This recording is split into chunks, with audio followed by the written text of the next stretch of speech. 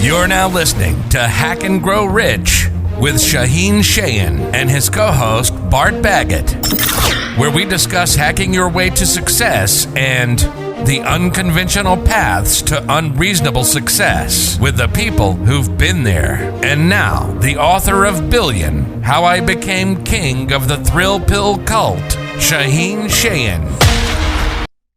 Hey man, welcome to Hack and Go Rich special episode to talk about success hacks. Shaheen Shayan, one of my best friends and co-host, and we talk about success. We talk about people that are interesting, people that have made it, and see if we can help you get some shortcuts. Have you learned any shortcuts recently, Shaheen? Or is it just hard work? Well, I think if you get invited to the Oscars, you need to practice this move here. So if you can practice that move here, don't have your hands behind your back, I think it's very useful. So I think that's a success hack. But next time I get an Oscar, I will now keep that in my back pocket to protect myself if somebody costs me. Only if Will Smith is in the audience. Otherwise, you should be safe. You know, I met a very interesting celebrity last night, Seth Meyers. Now, if you guys are watching around the world, you may not know Seth Meyers, but he was the head writer at Saturday Night Live. He did the news on SNL, and for 8 years he's hosted, one of the best late night talk shows called Late Night with Seth Meyers. And I was invited to this cool Hollywood event where he talked and they interviewed him and they took questions from the audience. And I just thought I'd want to share like some of the 5 sort of success hacks that he experienced. And I thought you'd find it interesting because I didn't take notes, but I was like mentally, I'm like, yeah, that makes sense. And because you wonder how, there's a lot of brilliant, funny people in the world, right? And late night talk shows, especially now with the internet, I haven't watched a late night talk show at night in years. I watch it at lunch the next day. So you don't have to be in the 1 o'clock time slot at 11:30 p.m. And to follow in the shoes of David Letterman and Conan O'Brien and Johnny Carson is extraordinary. Have you ever watched that show? Do you like late night television? I love Saturday Night Live. And they sometimes they're funny and sometimes they're not, unfortunately. And when they're funny, they're really funny. And then when they're not, they're really not. And I think it's part of kind of this like democratization of comedy, which, sometimes could really work and sometimes it doesn't. But, now I've got a kid, so late night TV is not really a thing. And with Netflix, but, unless I'm binging something, I'm not going to be doing late night TV.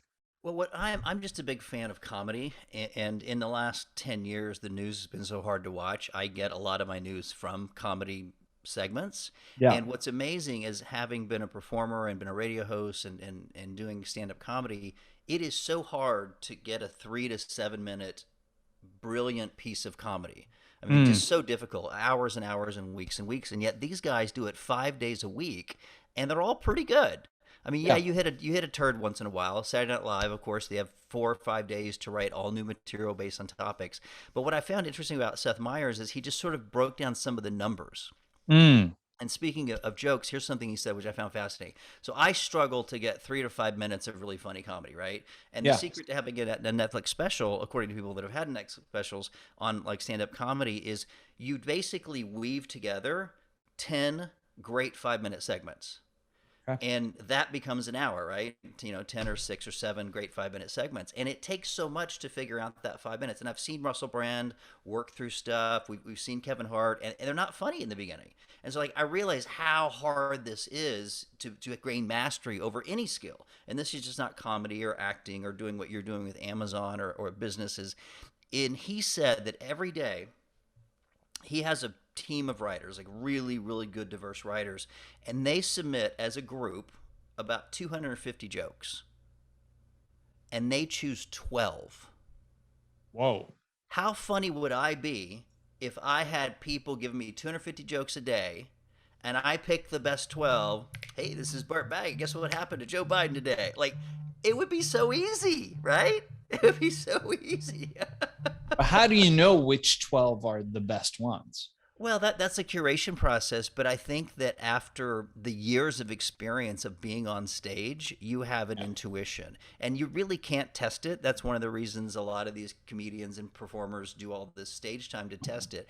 But one of the interesting things about Seth is he has a live audience, and so he and most of these late night have a live audience, so they do a run through, and so does SNL, by the way. They do a run through, and if something totally bombs, they can pull it out.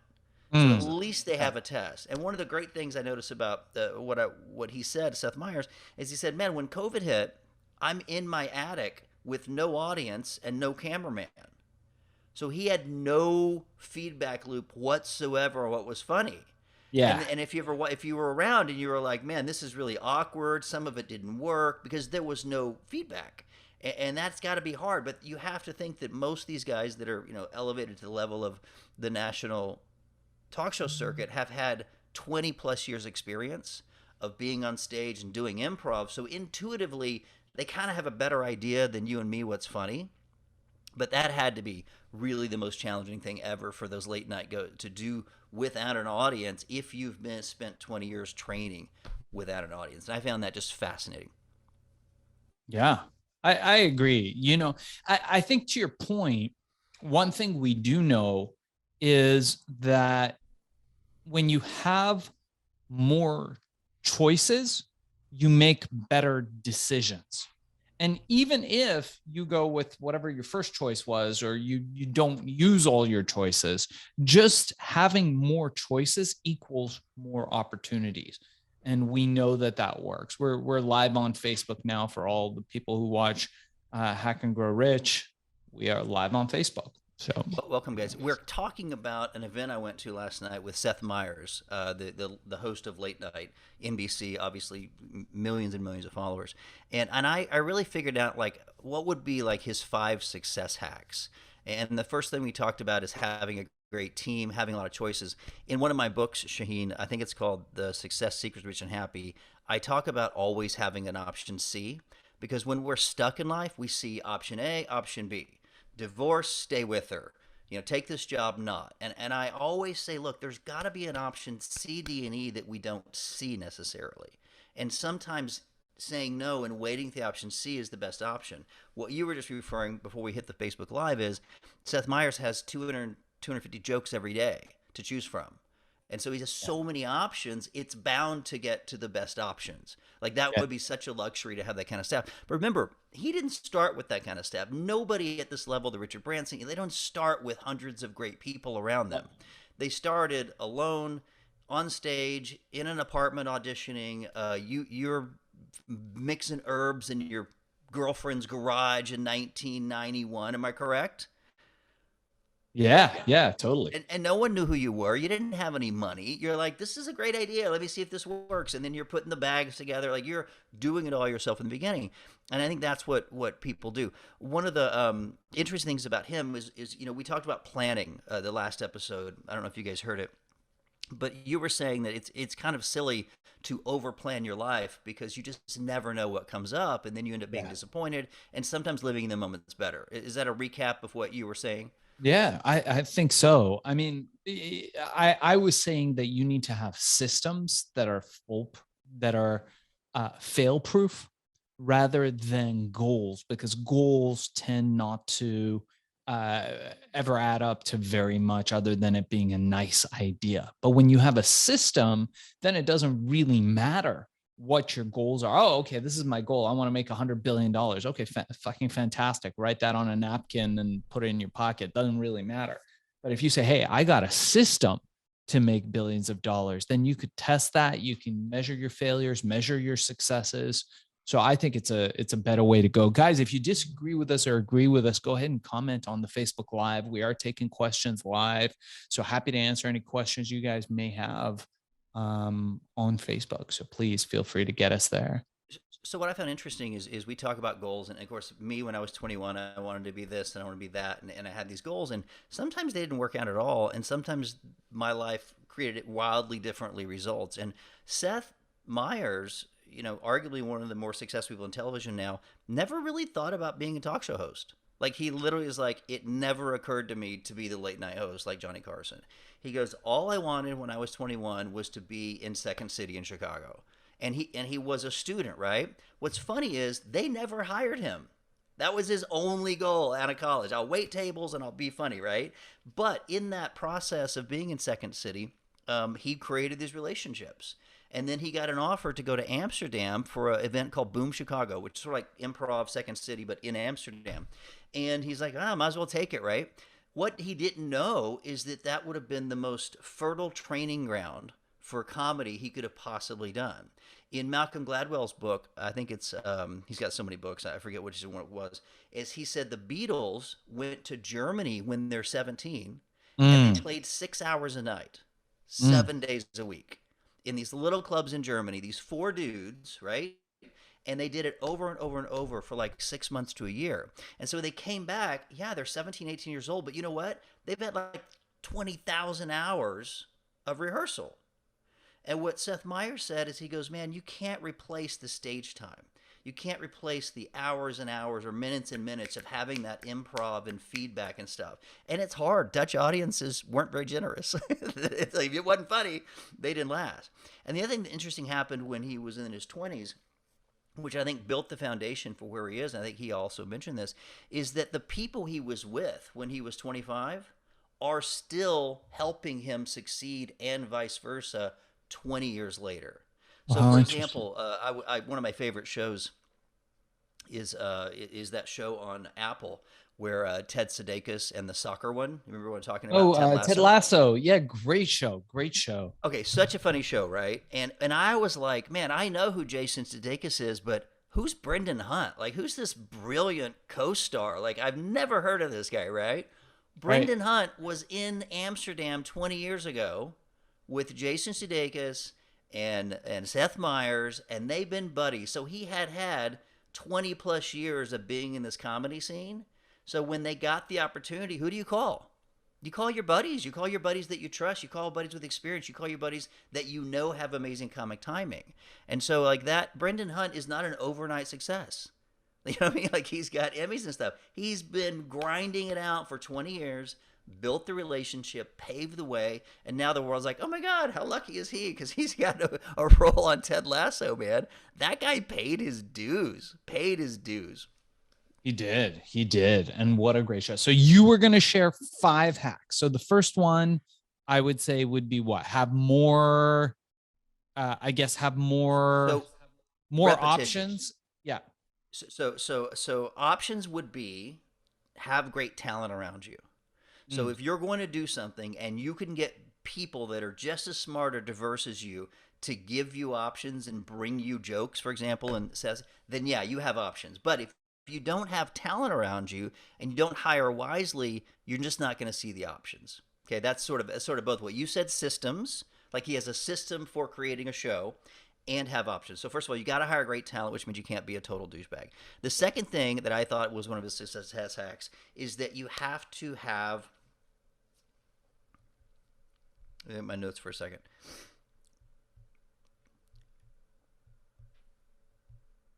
Man, I just froze it. So, repetition. Sorry about that. So the second thing is you have to have repetition, which means that you have to create mastery on whatever that you're doing. And so people that, for example, I see comedians all the time, they're just like, okay, man, I'm going to go to an open mic once a week, but they never rehearse in between there. So they're getting like 4 minutes of rehearsal every week. Like if you add that up, that's, an hour of rehearsal a year. Seth Meyers went to Amsterdam and he had 2 hours or 3 hours a night for 2 years in a row. So what Malcolm Gladwell says is when you get like 5,000 hours. Is that what he said? 5,000 hours of in-person repetition. Is that right? 10,000 hours. 10,000 hours. Okay, 10,000. Yeah.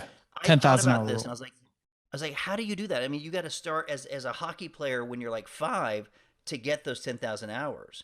Yeah. I look back at my career and I've had about 4,000 hours on radio, television, and stage, all combined in my 30 years of professional experience, right? I'm not even at 10,000. But think about somebody who's like, I want to start a podcast. I want to do a comedy. I've been on 3 podcasts. That's like 2 hours, dude. You need 5, 6, 7,000 hours to be able to adapt in this live circumstance. So what I found is like, if you can get that incubation period, get an internship, get a mentorship, work for free for a couple of years around the people that you love, it may not pay now, but it pays off later in relationships. The last hack I had, or two more, is that you got to develop long-term relationships with people in your industry, and they have to like you, because nobody knew in 2001 or 1996 that Jordan Peele and Jason Sudeikis would be in Amsterdam telling dumb jokes.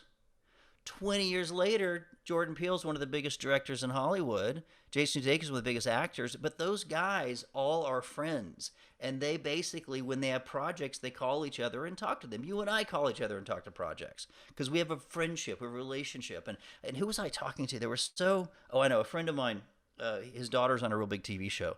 And he's like, that's just not fair. Like, it's not fair he can make a phone call to the network executive and his daughter gets a show. I go, wait a second. That's exactly fair. Yep. Because he developed relationships for many, many years with these people. He didn't call for a favor. He said, hey, can you put her in line and consider her? And the funny thing is, the executive's like, look, I don't want to go with someone I don't know who it is. I don't want to go with some parent that's crazy. So, like, it's funny because people think that it's not fair that people get jobs relationships. I think it is fair because people have to make decisions on the facts they have. And if you sow relationships for 3, 5, 10 years, it makes sense that they would, give you a call or touch base. Another story. We'll talk. So that was the other thing. And I think the final thing is two things: is not only you have to be a good speaker, but you have to be a good listener. And that's one thing Seth said as an improv. It wasn't how funny you were. It was, could you really listen in the moment and react? And a lot of people don't have a listening skill. And then I have one final one, and we'll wrap it up. Last one. You got to know when to move on. And you and I have had this conversation too. So interesting about Seth Meyers is at every stage of his career, like in Amsterdam, he's like, I don't want to go anywhere. I'm so happy. I'm hanging out with my best friends. We're doing comedy every night. What more could I want? Then he gets on SNL. He's there. He's not even a head writer. He's so happy. And he's like, okay, I'll be head writer. And then he realizes, I don't want to go anywhere. I'm so lucky to be able to hang out with these geniuses. Like, I don't even think you could call him ambitious, Shaheen. I think you can call the dude so happy. And what I thought is, you know who I want to hire? I want to hire someone who's really happy and really fun and really excited about their life. Like, I want to pick that guy and put him in my project. I don't want the hungry guy that's, if I only had a chance, I could really do something.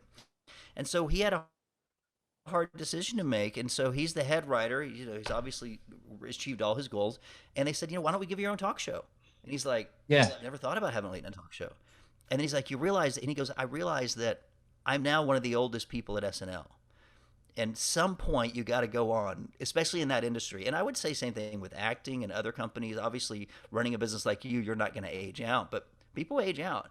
So he said, you know what, I'll just leave. And he started an 8-year run, and he's been really successful. So I think that's interesting to know when to walk away. And I bring that, and we'll bring it back to you, because you just recently transitioned from one of your favorite companies, which you loved, and you're like, hey, I'm going to do something different. And you didn't need to leave that company. You're making lots of money. How do you make that transition when it's time to move on, even if you're having wild success? What's that song? I think it's Kenny Rogers. He's so awesome, man. And a lot of unfortunate plastic surgery towards the end, but he was so good. What is it? You have to know how to hold them, know when to hold them, know when to fold them, know when to walk away. What a great song. And know when to run. And know when to run. That's right. What a great, I think that was his greatest all-time song. And look, just like I tell people, and something I learned back in my trading days, Bart, is that sometimes you make the most money by the deals that you don't take. Similarly, I feel that sometimes you have to know when you are working on what's called a sunk cost fallacy, right? You paid $20 for the movie. You're 15 minutes into it. Your $20 is gone. That movie is shit. Don't lose your time. Don't lose your time, because you're just losing more. you're like, well, if I stay, then I'm not losing the $20. No, if you stay, you're losing the $20 and you're losing your time and your energy and your brain space and all that stuff. Movies aren't that good anymore anyway. Just watch Netflix. It's so much better. So I really feel that people should be well aware of that. And for the people that are in my Amazon course, and also for our clients at Podcast Cola, I just recommended a book. I think I've recommended it on the show before, but it's one of my all-time favorites. And it's called Thinking Clearly, or How to Think Clearly. I think I have it here. Actually, in fact, I do. It is called The Art of Thinking Clearly, by Rolf Dobelli. And in The Art of Thinking Clearly, another great one similar to that is Thinking Fast and Thinking Slow. Daniel Kahneman, I think a lot of people have read that as well. You just got to know that sometimes you made a bad decision, and that's okay, but you have to be able to stop and change directions rapidly. It's one of the keys of successful people, which is what I think you're leading to. And I think, that's a really salient point. I think it's even harder when you're not in a bad decision, when you are having the success you need and you have to go, wow, I have two good options. Do I want to leave what's secure into something which may be wildly more satisfying, or at least a different journey? Because some point, even if you're loving the journey, let's vacation. I love going to the islands. I love scuba diving and Roatan. But you know what? I did that 3 times. Let's go to somewhere else. Sometimes you just want to change of scenery, even though you're really happy. So I just think it was fascinating. And I always wish, like, oh, what if I would have, started acting when I was 21? Well, that journey took him 20 years to get there, and he had a great time. My journey was wildly interesting, and books and TV shows. Your journey from stock market guy to drug dealer. Wait, did I say drug dealer? That's not fair. You have to read the book to understand that joke. You have to read the book Billions to understand that book. Billion, How I Became King of the Thrill Pill Cult, available on Amazon, and the Audible book recently dropped. So check it out. Thank you, Bart. Thanks for that shameless I encourage you to Audible, and I have yet to still make one of mine Audible book. I feel so ashamed. I would love to hear your book on Audible. Your book's a thick book. The Amazing Question is on Audible. You can get both books for free if you're a listener of ours at getbartsbook.com. Getbartsbook.com. I think that's the magic question. And yes, I will now put that on my list to get the Rich and Happy book we've got some of it on, like I did like half of it and then I moved and got distracted. But yes, it would be very useful. But both of them are free. You get a lot of audio videos there. Get on our email list. Stay in touch with us. Hit the like button and subscribe. Share with your friends. Hopefully we'll bring you something interesting, some hacks, some tools, some interesting conversations Shaheen and I have with our friends that are way richer and more handsome than us, and we can bring that to you. Yeah, well, there you go. So Bart, thanks so much. Guys, if you want to catch us, make sure to like and subscribe. If you like this content, we'll be producing more. If you don't like this comment, make sure to troll us, leave negative comments. Whatever you want to put on is good with us. And if you want to learn more about me, check out ShaheenShayan.com. We'll include it in the show notes. Alternatively, if you want to learn about selling on Amazon, that's FBAsellercourse.com. Or reach out to me directly. My direct email, darkzess@gmail.com, darkzess@gmail.com. If you'd like to be on great shows like this one, check out our sponsor, Podcast Cola.